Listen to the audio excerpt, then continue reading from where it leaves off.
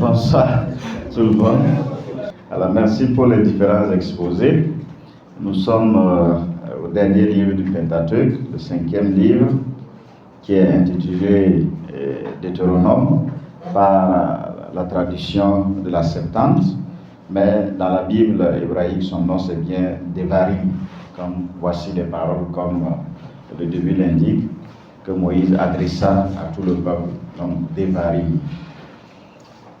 On a l'impression aussi que ce livre est le testament de Moïse, parce qu'il fait tout un rappel de tout ce qu'il a reçu de la part de Yahvé, et il transmet cela au peuple.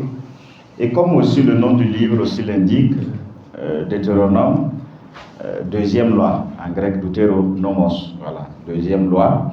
Donc on a aussi cette impression que c'est une reprise de tout ce qui a été déjà dit, ne serait-ce que dans le livre de l'Exode que nous avons déjà traité, et aussi dans le livre du Lévitique comme dans le livre des Nombres. Et la fin du livre des Nombres nous présente le peuple d'Israël au seuil donc de la terre promise, le peuple n'est pas encore entré. Et le livre du Deutéronome fait donc suite à ce livre.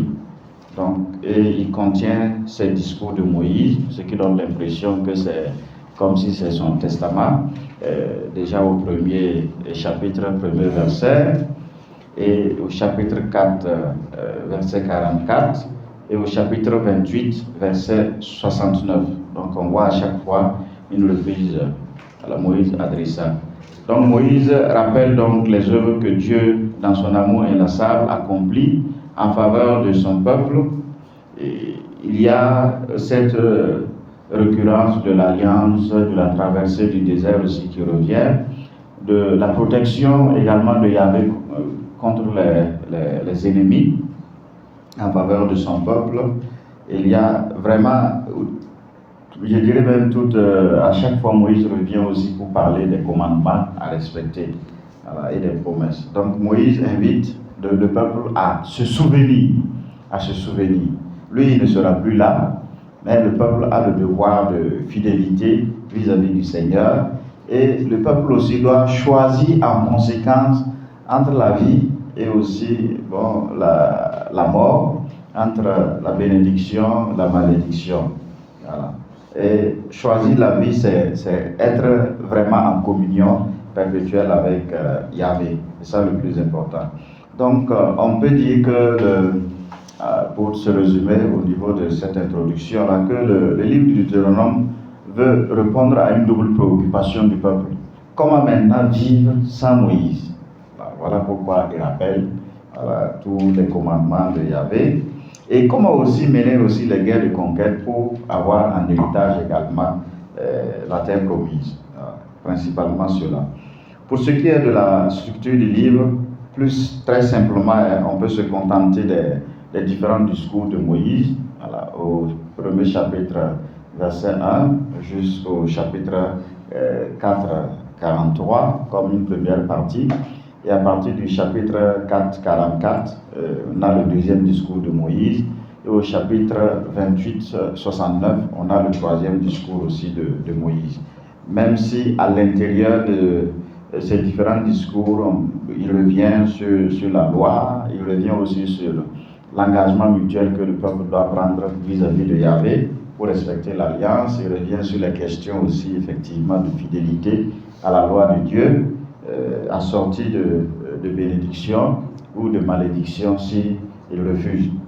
Et on voit bien la finale, le chapitre 33 et 34, qui sont comme le testament et la mort aussi de Moïse, voilà, avec le grand cantique de Moïse pour louer les bienfaits de Yahvé.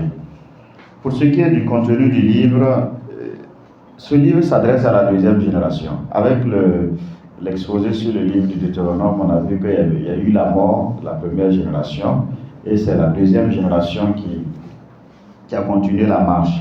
Donc ce livre s'adresse à la deuxième génération, celle qui est née au désert. Une génération pour Israël, c'est 40 ans en allant. Donc c'est cette deuxième génération. Et Moïse va résumer en fait l'histoire des pères à la nouvelle génération. pour qu'ils se souviennent. Voilà, c'est ça le plus important. Donc c'est donc une répétition de la loi avant donc le combat pour l'accès à la terre promise que nous verrons après avec le livre de Josué qui va suivre. Donc ce livre se termine sur la mort de Moïse et aussi l'onction de Josué comme successeur de Moïse pour conduire le peuple sur la terre promise, et le peuple qui se prépare à une nouvelle étape. Ils étaient des nomades, voilà, ils ont quitté l'Égypte depuis longtemps, ils ont séjourné pendant longtemps, 40 ans au désert, et ils sont presque en train de devenir maintenant des sédentaires, voilà, par l'acquisition de la terre. Donc une nouvelle génération, un nouveau chef et un nouveau guide à la personne de Josué, un renouveau aussi dans la loi, donc ce rappel de Moïse, et un engagement renouvelé devant Dieu au mont Ebal, voilà, où c'est opposé au mont Garizim, où c'est le lieu de la bénédiction pour le peuple. Quand on ouvre également aussi le livre du Deutéronome, on voit une bonne partie à partir du chapitre 12 jusqu'au chapitre 26, qu'on appelle couramment le cours deutéronomique. Voilà. On donne ce nom à cette partie-là, parce que la nature des sujets traités permet de diviser en fait cette partie également en 3 ou 4 parties, sous-parties du moins. Vous avez la loi sur les cultes. On a l'impression qu'il revient aussi sur ce que le Lévitique avait déjà dit, sur la loi des sacrifices, Lévitique 1 à 7 et autres. On a aussi l'organisation aussi du peuple, pas dit déjà de la nation future, à partir du chapitre 16 jusqu'au 20. On a les lois sur la famille, sur les questions de lévira, sur les questions de pudeur, et ainsi de suite, et les lois de pureté et les lois sociales, voilà, pour à partir du 23 jusqu'au chapitre 25. Donc le code deutéronomique apporte donc quelque chose de neuf à plusieurs éléments. Et le culte est centralisé. Il y avait pris bien le soin dès le chapitre 12 de dire au peuple de ne le servir qu'au lieu qui leur sera indiqué. Donc ils doivent détruire tous les autres sanctuaires qu'il y a, les autres autels, les divinités qu'ils vont trouver sur la terre promise. Il faut comprendre que, en fait, cette terre promise de Canaan, là, pratiquement tout le nord, il y avait beaucoup de temples païens qui étaient là-bas, et c'est seulement au sud qu'il y avait moins. Donc, David, plus tard, va travailler à ce que Jérusalem soit en même temps la capitale politique et puis la capitale aussi religieuse, pour que tout soit vraiment centralisé à Jérusalem. Donc avec la construction aussi du temple par son fils Salomon qui va le succéder. Voilà. Donc on a bien cette centralité du culte avec tout ce que cela comporte également.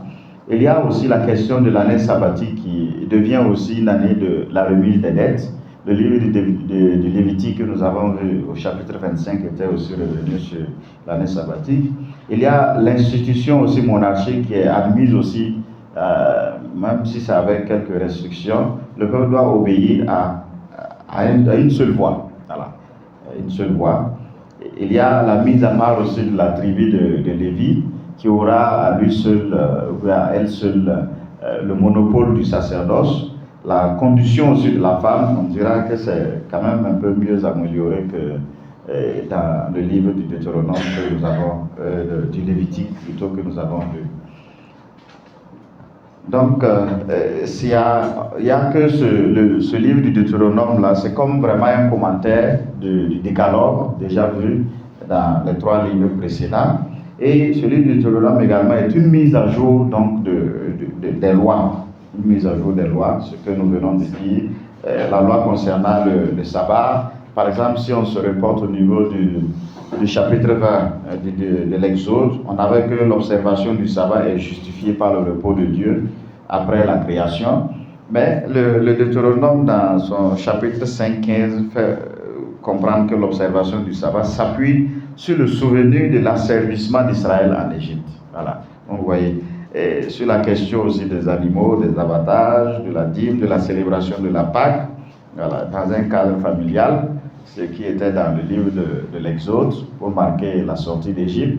Et ici, maintenant, c'est dans un cadre aussi, je dirais, central, voilà, où tout le monde doit se retrouver au lieu que Yahvé a indiqué pour célébrer cette Pâque-là. Maintenant, parlons des différents thèmes qu'on peut trouver dans le livre du Deutéronome. Et je dirais que le Deutéronome se présente comme en fait une théologie de l'histoire d'Israël. Et qui parle de l'histoire d'Israël parle aussi d'abord d'élection. Voilà, Yahvé qui a élu Israël et qui a fait aussi alliance avec Israël. Donc ces deux éléments, quand on parle de l'histoire d'Israël, ces deux éléments, il faut les convoquer simultanément et conjointement. Dieu se révèle à travers cette histoire et Dieu intervient donc dans la vie du peuple. Et cette histoire devient aussi le peuple, pour le peuple en fait, une véritable aventure spirituelle. Souviens-toi, à chaque fois ça revient. C'est aussi le sens du nom Zacharie, souviens-toi. Voilà, Moïse qui va dire à chaque fois au peuple. Et donc sans cesse, le Deutéronome invite Israël à garder en mémoire les bienfaits de Dieu. Voilà, les bienfaits de Dieu.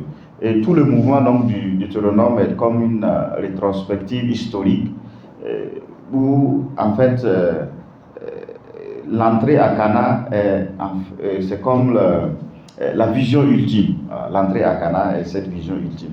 Et le thème qui fait l'unité aussi du livre est celui donc de la terre. Voilà, la terre. Ainsi, le Deutéronome, dans sa vision de l'histoire sainte, remonte jusqu'au patriarche, c'est-à-dire jusqu'à la promesse gratuite, inconditionnelle de Dieu, de donner à Abraham et à ses descendants cette terre de Canaan. Voilà. En toi seront bénies toutes les familles de la terre. Voilà. Quitte ton pays et va aussi voilà, là où je t'indiquerai, dans le chapitre 12 du livre de la Genèse que nous avons étudié au début de cette étude du Pentateuque. Donc c'est à cause donc, de cette promesse qu'Israël a été choisi et libéré d'Égypte. Voilà. C'est à cause de cette promesse et c'est à cause aussi de cette promesse que l'alliance a été conclue avec Israël. Donc, à cause d'elle, de cette promesse, que lui sera aussi accordée une terre promise. Voilà. Donc Israël choisit et alliance avec Israël et également aussi le don de la terre. Donc voici ces principaux éléments-là. Donc on peut dire que de quelque côté que l'on considère l'histoire d'Israël, quel que soit le côté, Yahvé possède en fait l'entière initiative. Celui qui prend l'initiative et ses interventions aussi ont un caractère absolument aussi, je dirais, gratuit. C'est Yahvé qui prend l'initiative. On verra un peu plus loin quand on va parler aussi des partenaires dans cette alliance, donc Yahvé et son peuple Israël. Je dirais, ce ne sont pas c'est tellement inégal, les partenaires sont inégaux. Voilà. Bon, un Dieu qui choisit, et puis Israël n'a pas choisi Yahvé. Bon, Israël s'est vu plus ou moins imposé par Yahvé. Voilà. Israël s'est vu plus ou moins imposé par Yahvé. Donc, l'élection d'Israël est l'effet donc de la pure volonté de Dieu et elle ne s'explique que par l'amour. Donc, on verra bien que, et voici ce que Moïse disait au chapitre 4, verset 37. Parce qu'il a aimé tes pères et qu'après eux, il a élu leur postérité, il t'a fait sortir d'Égypte en manifestant sa présence et sa grande force. Voilà. Donc, libéré pour servir Dieu. Donc, ce que Moïse a reçu comme mission aux missions Adam, Israël doit apprendre comment servir donc Yahvé. Et les 10 paroles ou bien les 10 commandements de Décalogue vont en fait aider Israël à mieux servir Yahvé. La loi va fixer la réponse aussi que Dieu attend du peuple qu'il a choisi et également aussi qu'il a libéré. Voilà. C'est ça aussi tout le sens des 10 commandements que Yahvé donne aussi à son peuple. Donc, pour le cas de l'élection d'Israël est donc à la fois en fait une grâce, une exigence aussi de l'alliance. Une grâce, et quand on parle aussi de grâce, c'est qu'il n'y a pas de mérite à la matière. Et le Décalogue, tout comme le Code deutéronomique, vont détailler en fait cette exigence-là, c'est-à-dire le chemin de fidélité qui doit répondre aussi à cet amour gratuit de Dieu. Puisque Yahvé se fait le partenaire fidèle d'Israël, Israël aussi a le devoir aussi de répondre aussi par la fidélité. voilà, en mettant en pratique à chaque fois le commandement de Yahvé. Moïse même, d'ailleurs, va revenir à chaque fois là-dessus. Voilà, garder, mettre en pratique les commandements du Seigneur. C'est très important pour lui. Donc ainsi, en intégrant aussi la question de la fidélité, comme réponse aussi à la fidélité de Yahvé, on peut comprendre pourquoi Moïse revient très régulièrement. Parce que le Deutéronome veut donner en fait à l'alliance sa véritable dimension. En aucun cas, elle ne peut être un contrat entre égaux.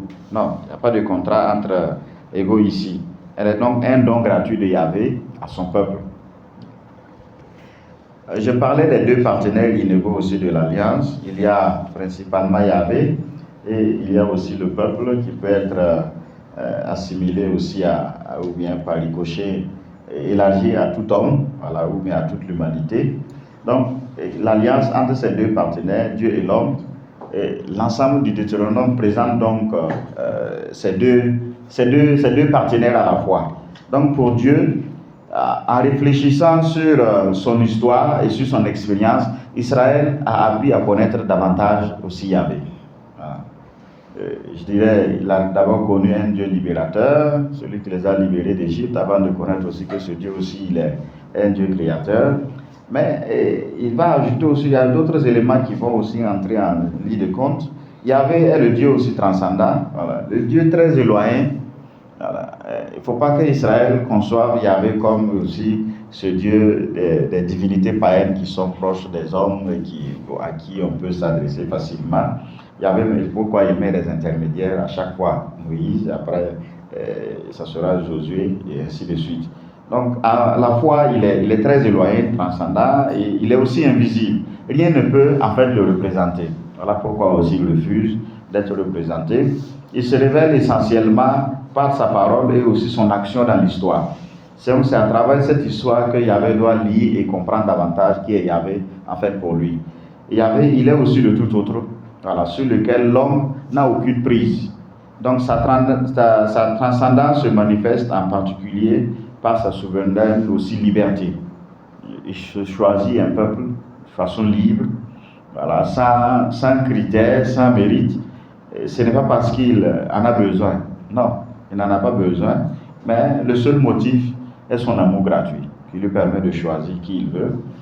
Et ce Dieu également aussi est un Dieu unique. Il est jaloux, il le dit aussi, il ne veut pas être comparé aux autres divinités païennes. Et cette unicité de Dieu est le point central en fait aussi de l'alliance avec Israël. Voilà, placé en tête en fait du décalogue, voilà, comme je dirais en fait la loi fondamentale. Voilà. Et à chaque fois Moïse aussi reprend cela pour le peuple. Il y avait également aussi un Dieu exigeant. Et que Dieu soit exigeant, c'est évident pour le Deutéronome. C'est parce qu'il est l'unique, comme on avait parlé de l'unicité, et parce qu'il l'aime aussi, ce qui lui permet aussi de choisir gratuitement Israël, et qu'il est un Dieu jaloux. Voilà. Et l'exigence fondamentale, c'est un attachement aussi sans partage, voilà, excluant toute forme aussi d'idolâtrie. Donc pour le Deutéronome, comme pour aussi les prophètes, qu'on verra plus tard, la faute par excellence, en fait, c'est l'idolâtrie. Voilà, c'est de confondre Yahvé aux autres dieux. On verra avec les prophètes même que dans certains sanctuaires, ils vont placer les divinités en face de l'arche de l'Alliance, ce qui est une abomination pour Israël. Voilà. Mais il faut aussi remarquer que d'après en fait, les textes aussi du Deutéronome, parce qu'il y avait un jaloux, il est aussi en colère. Voilà. Mais sa colère n'est jamais dirigée, je dirais, contre tout le peuple. Il y a toujours un petit reste. Hein. Donc, il y en a qui ont bien présenté aussi cela. Il y a toujours un petit reste. Et il est jaloux aussi pour la préservation aussi de la dignité aussi de l'étranger. Voilà. Et quand il parle, il peut même être contre Moïse. Voilà. Il peut même être contre Moïse, que ce soit dès le début, au chapitre 1, 37, ou bien vers la fin, ou bien carrément à la fin, où Moïse n'aura pas ce droit d'entrer dans la terre promise. Il va porter sur lui la responsabilité du péché de tout le peuple. Voilà. Donc c'est pourquoi Israël, il dit toujours Yahvé. Voilà. Il est aussi un Dieu plein d'amour et de miséricorde. Si on parle qui nous dit qu'il est jaloux, il est aussi plein d'amour et de miséricorde. Et le Deutéronome souligne fortement donc cela. Voilà. Et il montre, quand Moïse dit par exemple au peuple, mais quelle est en effet la grande nation dont les dieux se fassent aussi proches? C'est vrai, on a parlé de l'éloignement de Dieu, de la transcendance de Dieu, qui sera plus tard en fait aussi la cause de l'infidélité d'Israël. Israël aussi va reprocher à Yahvé, mais en fait tu es très éloigné, alors que nous avons besoin d'avoir des dieux à côté de nous pour marcher avec nous. Donc là, Yahvé clairement aussi va montrer, mais vous dites que je suis proche, mais je suis aussi, je ne suis pas seulement loin, je suis aussi proche. Donc Imana, je suis aussi avec les siens. Dieu est proche parce qu'il est plein d'amour pour Israël, et cet amour de Dieu pour le peuple a dans le Deutéronome aussi la nuance aussi d'un amour paternel. Voilà. Parce qu'il aime, et il n'hésite pas aussi à punir. Voilà. Il n'hésite pas à punir. Pour ce qui regarde l'homme lui-même, on peut voir que dans le livre du Deutéronome, il y a toujours cette image que l'homme reste un pécheur, l'homme reste toujours un coupable. Voilà. Donc c'est pourquoi il y a toujours le péché également qui gravite tout autour de l'homme. Voilà. Donc l'omniprésence du péché dans l'histoire humaine et aussi dans l'histoire du peuple choisi est une constatation massive dans le Deutéronome. Et il dit ceci: vous avez été rebelles à Yahvé depuis le jour où il vous a connu. Deutéronome 9, 24. Voilà. Et il n'attribue pas le péché général à une faute aussi originelle. Il l'attribue à un mauvais usage de la liberté. On remonte ici aussi au niveau de la Genèse, la question de la désobéissance. L'homme, Israël, comme le peuple, ce qu'il faut comprendre, est un partenaire libre de l'alliance, mais dès lors qu'il a accepté que Dieu soit aussi son partenaire, il a désormais obligation à respecter les commandements aussi de Dieu. Donc ce qui est demandé à Israël, ce n'est pas la soumission de l'esclave, non, mais c'est la décision aussi libre et personnelle de choisir et d'opter pour Yahvé, d'accepter cet amour aussi gratuit de Yahvé et de marcher également dans ses voies. On peut voir aussi que l'homme est responsable aussi de son destin, libre de choisir pour Yahvé ou contre lui. Israël tient en main son avenir, même s'il est vrai que Yahvé reste aussi le maître tout-puissant. Voilà, c'est pourquoi Moïse va revenir encore très régulièrement, surtout au niveau du chapitre 30, pour parler aussi du choix libre de l'homme. Je te présente aujourd'hui la vie et la mort, choisie. Voilà. Donc l'homme reste libre, même si Yahvé reste le maître tout-puissant. Celui-ci fait tout dépendre en fait de la décision aussi pour le bien de son peuple. C'est pourquoi Yahvé lui-même va dire, mais je te dis de choisir la vie afin que tu vives, toi et ta descendance. C'est très important. Même si il est ce Dieu qui est jaloux, ce Dieu qu'on peut qualifier de méchant, il est aussi ce Dieu bon qui invite l'homme aussi à choisir ce qui est bien pour lui, pour vivre. Donc toute l'histoire de l'humanité, comme toute l'histoire aussi d'Israël, d'Adam jusqu'à la ruine de Jérusalem, qu'on verra aussi plus tard, doit être lue en fonction en fait de cette liberté de l'homme, qui est seul responsable de ses actes, qui peut choisir le bien, tout comme il peut choisir aussi le mal.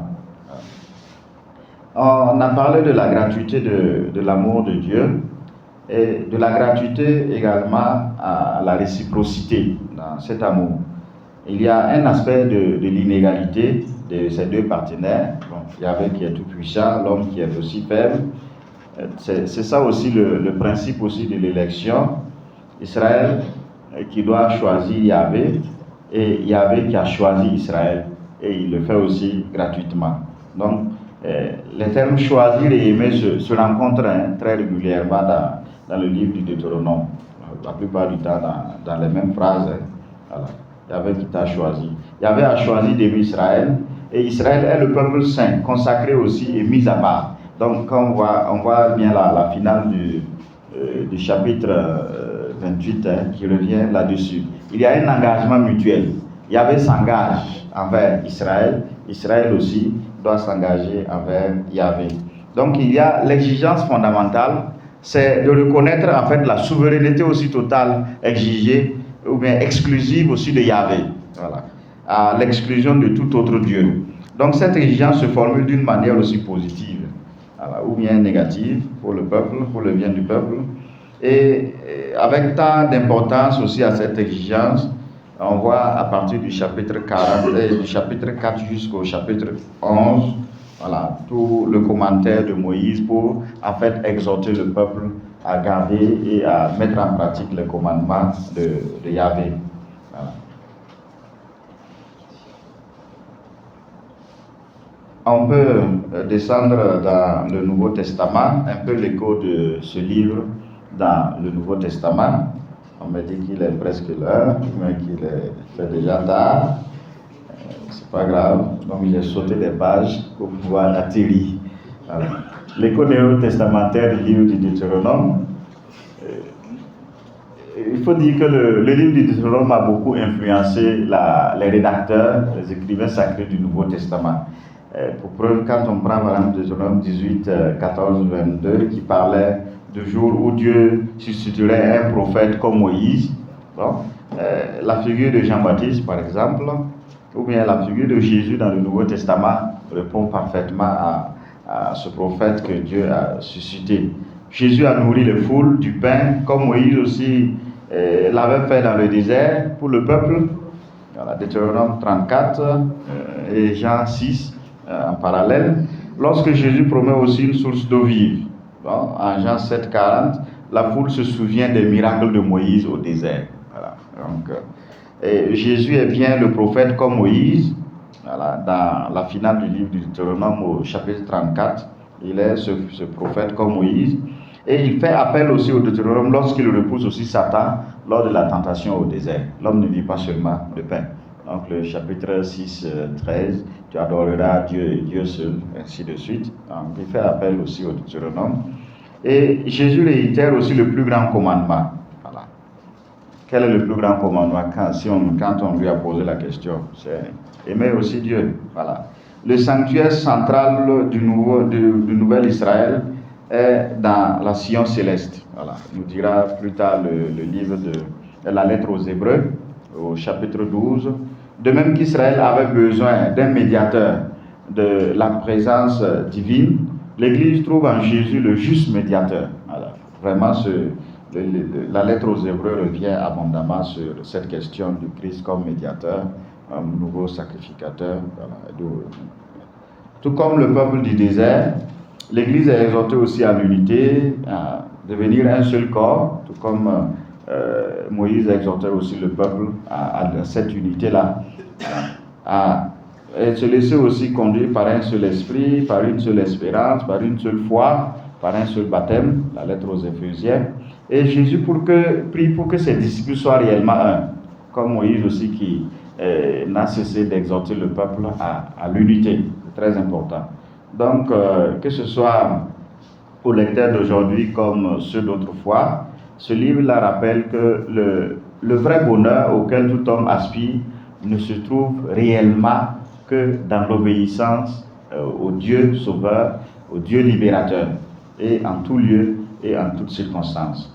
Donc l'alliance nouvelle et éternelle qui est scellée en Jésus-Christ ratifie donc le sacrifice du Christ, et cette alliance inscrite dans le cœur de l'homme. Ça ne sera plus, comme dit le Deutéronome, sur des tablettes, mais inscrit dans le cœur, qui est le siège en fait des aspirations spirituelles, voilà, des fonctions spirituelles de l'homme. Donc l'alliance prend avec Jésus une dimension universelle. Hein. Elle n'est plus réservée au peuple élu, c'est réservé à tout le monde, c'est libéralisé et c'est pour tout le monde. Et le peuple de l'Alliance, c'est cette communauté d'hommes qui accueille Jésus et son évangile et qui voudra aussi sceller alliance avec le Christ par son sang qu'il a versé sur la croix. Je vous remercie, je m'arrête là.